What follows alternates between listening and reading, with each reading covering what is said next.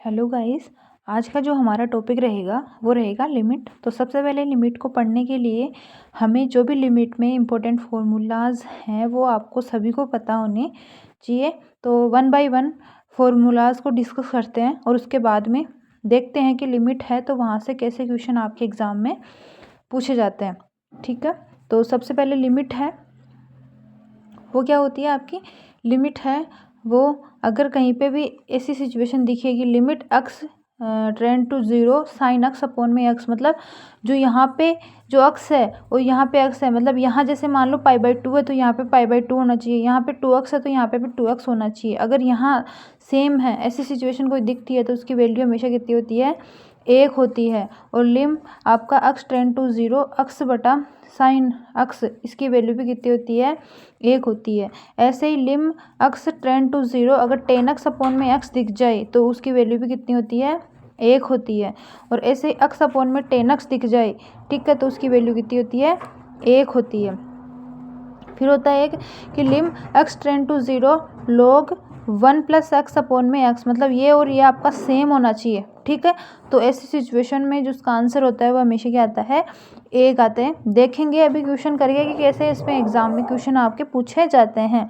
फिर है limit x tend to zero log e one plus x upon में x, मतलब लॉग आए जी लॉग ई आए, हमेशा उसकी वैल्यू कितनी होती है, एक होती है।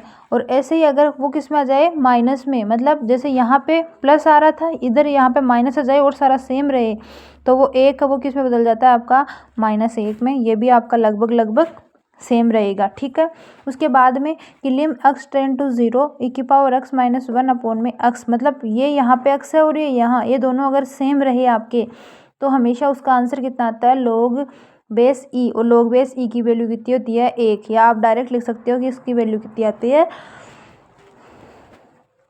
एक आती है। आगे चीज़ समझ में। और ऐसे ही अगर ई की पावर एक्स की जगह ए की पावर एक्स आ जाए तो उसकी वैल्यू होती है लोग बेस ई ए। ठीक है, आगे चीज़ समझ में। और अगर ये अपोजिट हो जाता है, मतलब lim x tend to zero x upon में ए एक्स माइनस वन आ जाए तो उसकी वैल्यू होती है वन अपॉन में लोग ए।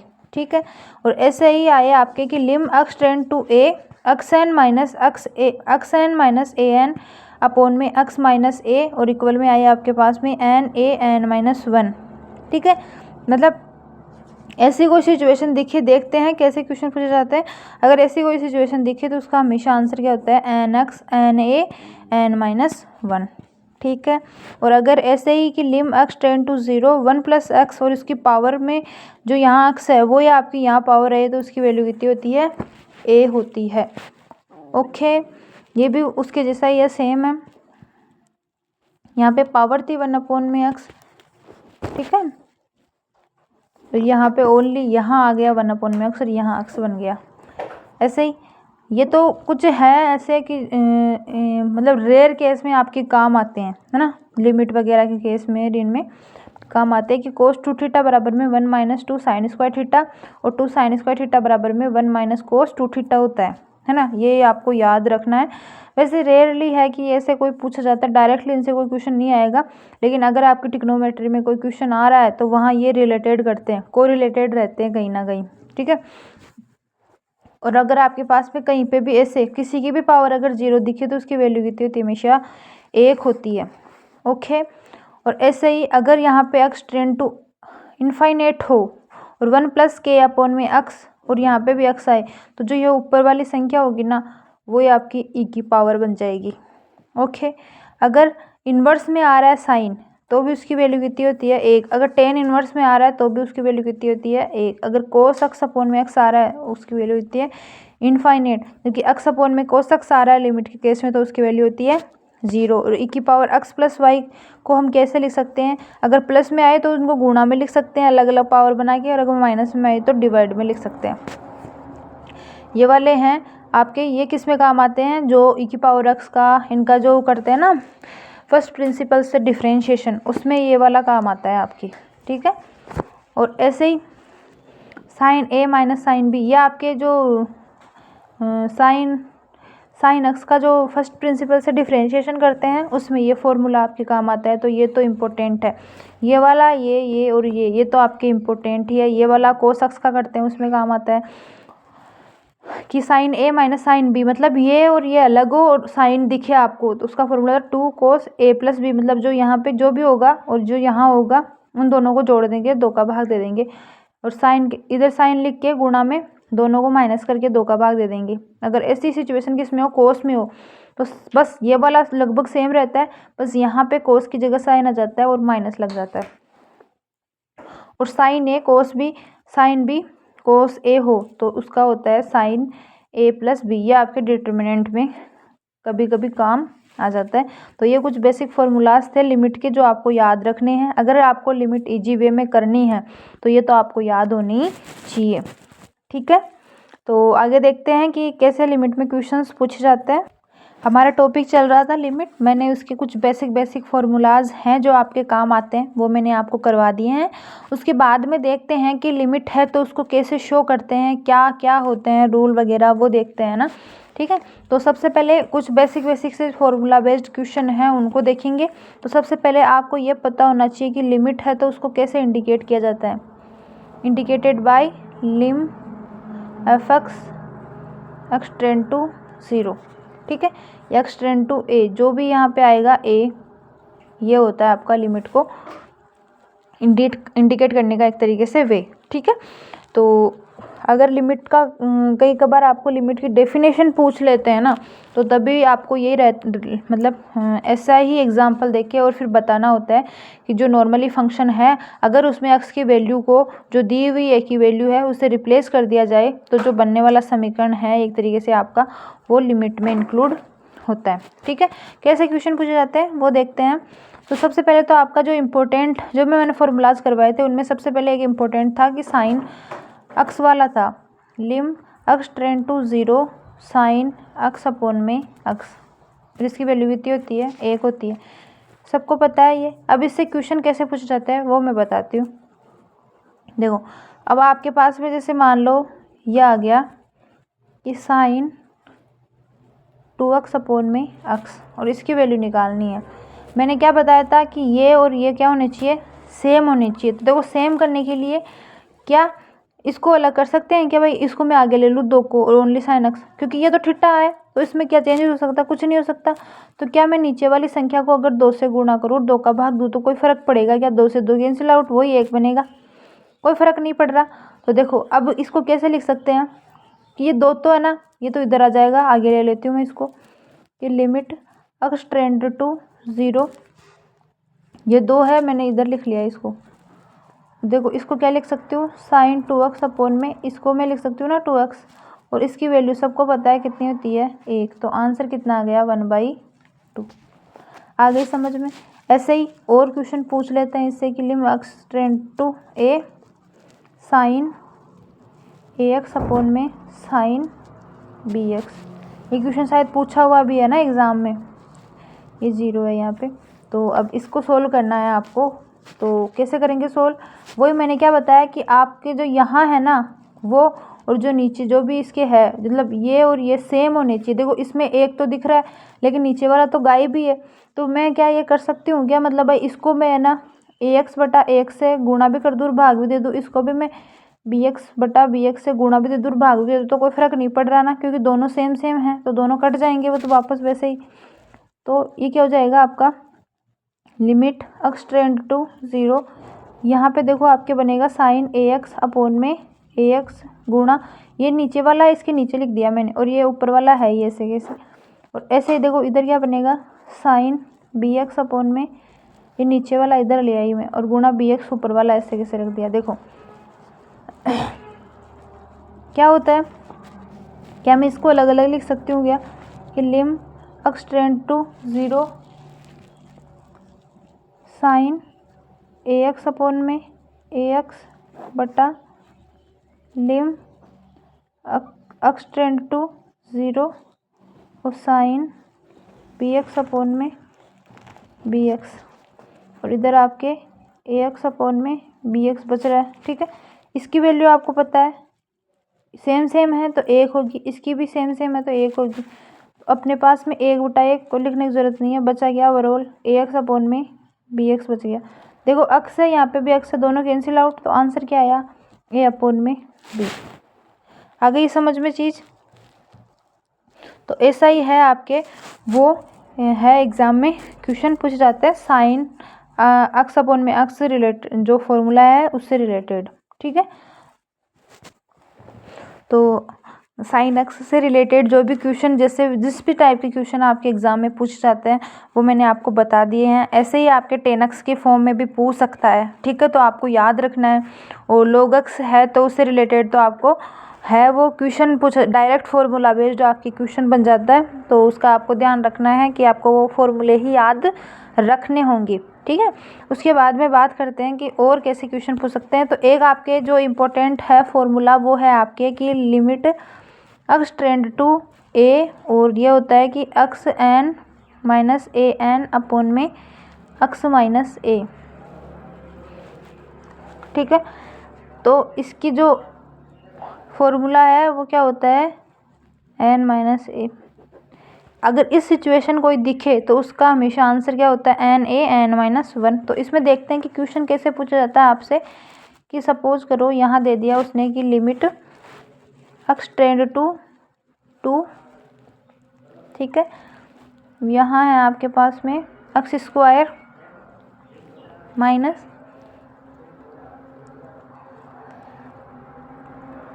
यहाँ 9 कर देती हूँ मैं अपॉन में, यहाँ है एक्स माइनस 3। ठीक है, ये है। तो ऐसे कुछ भी दे देगा, मैंने ये मन से बनाया है क्वेश्चन। तो अब आपको कैसे करना है, या तो आप डायरेक्ट ये फॉर्मूला अप्लाई कर दो और डायरेक्ट आप निकाल लो। तो इसका आंसर क्या होगा, ए। ये ए कौन सा है, ये वाला ए है। ठीक है, तो यहाँ कितना दिया हुआ है, 2। तो क्या हो जाएगा इसका आंसर, अधिकतम पावर देखो एन पावर कितनी है, 2 है। इसको मैं ये भी लिख सकती हूँ 3 की पावर 2 लिख सकती हूँ ना, क्योंकि 3 का पावर 2 कितना होता है, 9 होता है। एन कितना है, 2। तो 2 गुणा 2 की पावर ये वाला 2, 2 माइनस 1, 2 माइनस 1 1, 2 गुणा 2 4। एक तो आंसर आप ऐसे निकाल सकते हो डायरेक्ट इस फॉर्मूला से।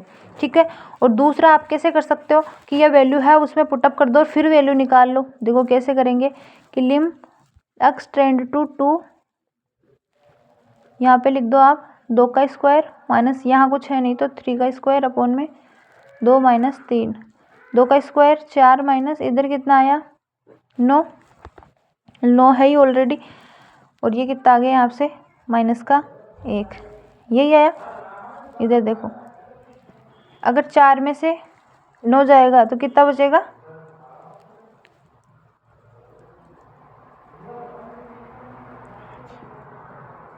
5, यहाँ पे भी 1 माइनस माइनस,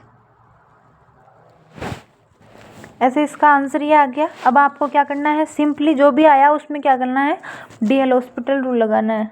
ठीक है, हॉस्पिटल रूल लगाना है। और डीएल हॉस्पिटल रूल क्या कहता है कि जो भी आपके पास में इक्वेशन दे रखी है उसका आप पहले क्या कर दो, डिफ्रेंशिएशन कर दो और उसके बाद में वो वैल्यू पुटअप करो। तो ये दे रखी है आपको 2 एक्स स्क्वायर माइनस 9 अपॉन में एक्स माइनस 3, यही दे रखी है। तो आपको क्या करना है इसका डिफ्रेंशिएशन, तो लिमिट एक्स टू 2, एक्स की पावर 2 मतलब पावर आ जाएगी आगे और पावर में से 1 कम, तो 2x हो जाएगा। इसका क्या हो जाएगा 0, और इसका क्या हो जाएगा आपका 1 माइनस 0। तो ओवरऑल आपका क्या आया, लिम एक्स टेंड टू 2 और ये आया 2x। इसको क्या लिख सकते हैं 2 गुणा 2। अब x की वैल्यू पुटअप कर दो तो कितना आया आंसर 4।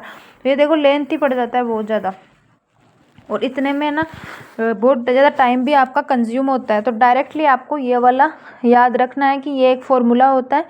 ये हमेशा याद रखना कि जो ये इसकी पावर n है तो इसकी पावर भी n है, मतलब इसकी पावर अगर 5 है ना तो इसकी पावर भी आपकी कितनी होनी चाहिए, 5 ही होनी चाहिए। और देखते हैं कि और कैसे क्वेश्चन पूछ सकता है। जैसे मान लो कि limit x tend to a, x tend to यहाँ पे मैं कर देती हूँ 3, और यहाँ मैंने किया x square minus 16 x minus 4। ठीक है, ऐसे कुछ आया मेरे पास में। तो अब आप कैसे लिख सकते हैं इसको, डायरेक्ट इससे करेंगे। तो n क्या है 4, इसको मैं लिख सकती हूँ ना 4 का स्क्वायर लिख सकती हूँ, और इसको एक्स स्क्वायर है ही, मतलब पावर n कितना है यहाँ पे कि n बराबर कितना है 2 है, a बराबर कितना है देखो ये वाला a कितना है 3 है। ठीक है, तो कर सकते हैं डायरेक्ट कि 2 3 2 माइनस 1 कितना हो गया, 2 माइनस 1 6, 3 गुना 3 दूनी 6। तो आंसर आपका डायरेक्ट कितना जाएगा 6, क्योंकि ये वाला क्वेश्चन है आपके वो न्यू टाइप में आता है। तो अगर आपको ये वाला फॉर्मूला है वो डायरेक्ट पता रहेगा तो ऐसा कोई भी क्वेश्चन आएगा तो आप उसको डायरेक्ट कर लोगे, लेकिन इस वाले में ज़्यादा ही आपके माथापच्ची का काम है, ज़्यादा आपके टाइम कंज्यूम होगा। ठीक है, उसके बाद में और कैसे क्वेश्चन बन सकते हैं, और है वो आपके फॉर्मूला बेस्ड ही क्वेश्चन बनेंगे। साथ में आपके एक मैंने बताया कि एक आपके फॉर्मूला था कि limit x tend to infinite, और ये था 1 + k अपॉन में x, और इसका जो फॉर्मूला था वो क्या था, e था। ठीक है, जैसे यही है आपका क्वेश्चन वो न्यू टाइप में आ रहा है, तो आप उसको डीपली जैसे लिमिट लगा के फिर सोल्व करते हो तो बहुत ज़्यादा टाइम कंज्यूम होता है। जैसे मान लो कि ये आ गया आपके 1 + 5 अपॉन में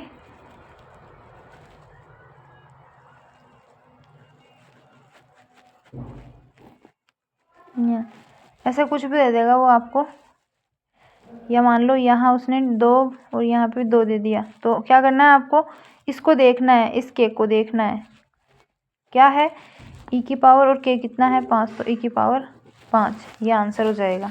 ठीक है, वैसे आपको लिमिट के फॉर्मूले ही याद रखने हैं। अगर जो फॉर्मूला बेस्ड अगर कोई क्वेश्चन बन सकता है तो या तो आपके किससे बनेगा, साइन वाले से बनेगा, या दूसरा है आपके इस वाले फॉर्मूले से बनेगा। ठीक है, और आपके लिमिट में सिंपली ही क्वेश्चन आपके पूछे जाएंगे। और देखते हैं कि और है लिमिट में आपके कैसे क्वेश्चन बन सकते हैं। जैसे मान लो कि आपके पास में ऐसा कोई भी क्वेश्चन आता है, मतलब जिसमें क्या दिया हुआ हो, x टेंड टू इनफाइनेट। ठीक है, और जैसे मान लो कि यहाँ आ गया आपके 2x² + 5x - 3 अपॉन में इधर आ गया आपके 3x² - 6x + 5, ऐसे कोई भी क्वेश्चन आया, मतलब जिसमें क्या आया आपके x टेंड टू 0 आए, तो ऐसी सिचुएशन में आपको क्या करना है कि जो भी अधिकतम घातांक है उसका भाग देना है पूरे समीकरण में। जैसे नीचे अधिकतम घातांक कितना है, ये है, तो इसका पूरे में भाग देना है। ठीक है, x टेंड टू इनफाइनेट वही 2x² अपॉन में x² + 5x अपॉन में x² - 3 अपॉन में x²। ठीक है, उसके बाद में वही 3x² अपॉन में x² और -6x अपॉन में x² + 5 अपॉन में x²। ओके, अब देखो x² अपॉन में x² अपॉन में x²। ठीक, इधर एक ऊपर x है, नीचे 2 है, तो 1 कट जाएगा, इधर भी 1 कट जाएगा, ये इससे कैसे रहेगा, तो ओवरऑल अपने पास में क्या बचा, यहाँ 2 + 5/x प्लस माइनस का 3/x² अपॉन में 3 - 6/x प्लस 5/x²। अब क्या करना है, ये अनंत है वो पुटअप करना है। ठीक, तो लिम x टेंड टू इनफाइनेट क्या हो जाएगा, यहाँ पे डायरेक्ट कर देते हैं, 2 + 5/अनंत माइनस 3/अनंत का स्क्वायर अपॉन में 3 - 6/अनंत प्लस 5/अनंत का स्क्वायर। किसी भी संख्या में अनंत का भाग देंगे तो आंसर कितना आता है, 0। तो ओवरऑल आंसर कितना है अपने पास में, 2/3। अगर ये आपके 2 नंबर में आता है तो आपको ऐसे करना है कि कहीं पे भी अगर लिमिट x टेंड टू अनंत दिखे तो आपको अधिकतम घातांक का क्या देना है, उसमें भाग देना है। जैसे यहाँ x² था, अगर ओनली x होता तो x का देते, अगर x³ होता तो x³ का देते। ठीक है, उसके बाद में उसको सोल्व करना है, फिर ऐसे कुछ सिचुएशन बनेगी और उसके बाद में आपको x टेंड टू अनंत है तो अनंत आपको जहाँ पे x दिख रहा है वहाँ पे रखना है और वैल्यू पुटअप करनी है, आपको निकालनी है। यह है अगर आपके 2 नंबर या 3 नंबर में ऐसा कोई क्वेश्चन आए तो आपको ऐसे करना है। ठीक है, और अगर सिंपली आपके मतलब किस में आए, न्यू टाइप में आए अगर ऐसा कोई क्वेश्चन, ठीक है, तो आपको डायरेक्ट आंसर करना है, उतना टाइम नहीं रहता अपने पास में। तो आपको क्या देखना है कि ऊपर अधिकतम घातांक का गुणांक क्या है, नीचे अधिकतम घातांक का गुणांक क्या है, वही उसका आंसर होता है। तो देखो इधर अधिकतम घातांक का गुणांक कितना है, 2, इधर कितना है 3, तो इसका आंसर कितना हो गया 2/3। और ऐसे प्रोसीजर से निकाले तो भी कितना आया अपने पास में 2/3। आ गई चीज़ समझ में। अगर न्यू टाइप में आ रहा है तो अधिकतम घातांक का गुणांक देखने हैं आपको, और अगर बड़े क्वेश्चन में आ रहा है तो इस टाइप से आपको करना है। उसके बाद में एक और क्वेश्चन आता है आपके कि लिमिट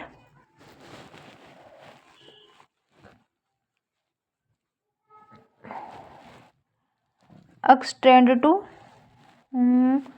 3 मान लो, और यहाँ पे है x स्क्वायर माइनस 9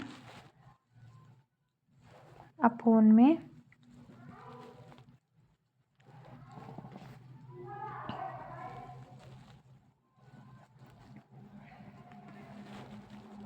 ठीक है, आ गया समझ। तो देखो सिंपली इसको क्या करना है, वही डायरेक्ट आपको वैल्यू पुट अप करनी है और निकालना है कि लिम x टेंड टू 3, 3 का स्क्वायर माइनस 9 बटा 3 माइनस 2, देखो कितना आया 9 माइनस 9 और 3 माइनस 2 कितना आया 0 बटा 1, मतलब इसका आंसर कितना आ रहा है आपका 0 आ रहा है। ओके, तो एक रूल होता है कि अगर ऐसे आप डायरेक्टली किसी भी वैल्यू को पुटअप कर रहे हैं, अगर वैल्यू निकालते हो और अगर इन केस वहाँ पे क्या आए 0 या 0 बटा 0, अनंत बटा अनंत या अनंत आए, ऐसी सिचुएशन में आपको डीएल हॉस्पिटल रूल लागू करना है। डीएल हॉस्पिटल रूल लागू करना है। अब डीएल हॉस्पिटल रूल आपका क्या होता है तो वो देखते हैं। डीएल हॉस्पिटल रूल क्या कहता है कि जो भी आपके समीकरण दिया हुआ है ना, उसका क्या कर दो, पहले अवकलन कर दो और बाद में x की वैल्यू पुटअप कर दो। ठीक है, तो आपसे पूछ ले कि डीएल हॉस्पिटल रूल क्या होता है, तो डीएल हॉस्पिटल रूल लिमिट के उन केसेज में लगता है जहाँ पे लिमिट को सोल्व करने पे उनकी वैल्यूज़ है आपकी 0, 0 बटा 0, अनंत बटा अनंत या अनंत आती है, तो उस केस में डीएल हॉस्पिटल के थ्रू उस समीकरण का पहले अवकलन किया जाता है और उसके बाद में x की वैल्यू पुटअप की जाती है। तो यही आपका क्या है, डीएल हॉस्पिटल रूल है। तो देखो यहाँ पे आपका जो इक्वेशन दे रखी थी वो क्या दे रखी थी, lim x tend to 3 x square minus 9 upon में x माइनस 2 ये दी हुई थी। अब आपको क्या करना है, देखो यहाँ जो आपने रखा वो आपका आंसर है 0 आ रहा है। अब आपको डीएल हॉस्पिटल रूल लगाना है। डीएल हॉस्पिटल क्या कहता है कि पहले तो अवकलन कर दो और बाद में x की वैल्यू पुटअप कर दो। ठीक है, तो वही लिम x टेंड टू 3, देखो x की पावर कितनी है 2, डिफ्रेंशिएशन या अवकलन का फॉर्मूला क्या होता है एन एक्स एन माइनस 1, जितनी भी पावर है उसको आगे ले आओ और पावर में से 1 कम कर दो। पावर कितनी है 2, तो 2 और x 2 माइनस 1 लिखने की ज़रूरत है नहीं। ठीक है, और कोई भी कांस्टेंट रहता है c, कोई भी कांस्टेंट उसकी वैल्यू हमेशा कितनी आती है, डिफ्रेंशिएशन में 0 आती है। ठीक है, तो ये 0, x की वही पावर कितनी है 1, तो पावर आ जाएगी आगे पावर में से 1 कम, तो 1 माइनस 1 0, और मैंने बताया कि किसी की पावर अगर 0 हो तो उसका आंसर कितना आता है 1 और कांस्टेंट का 0।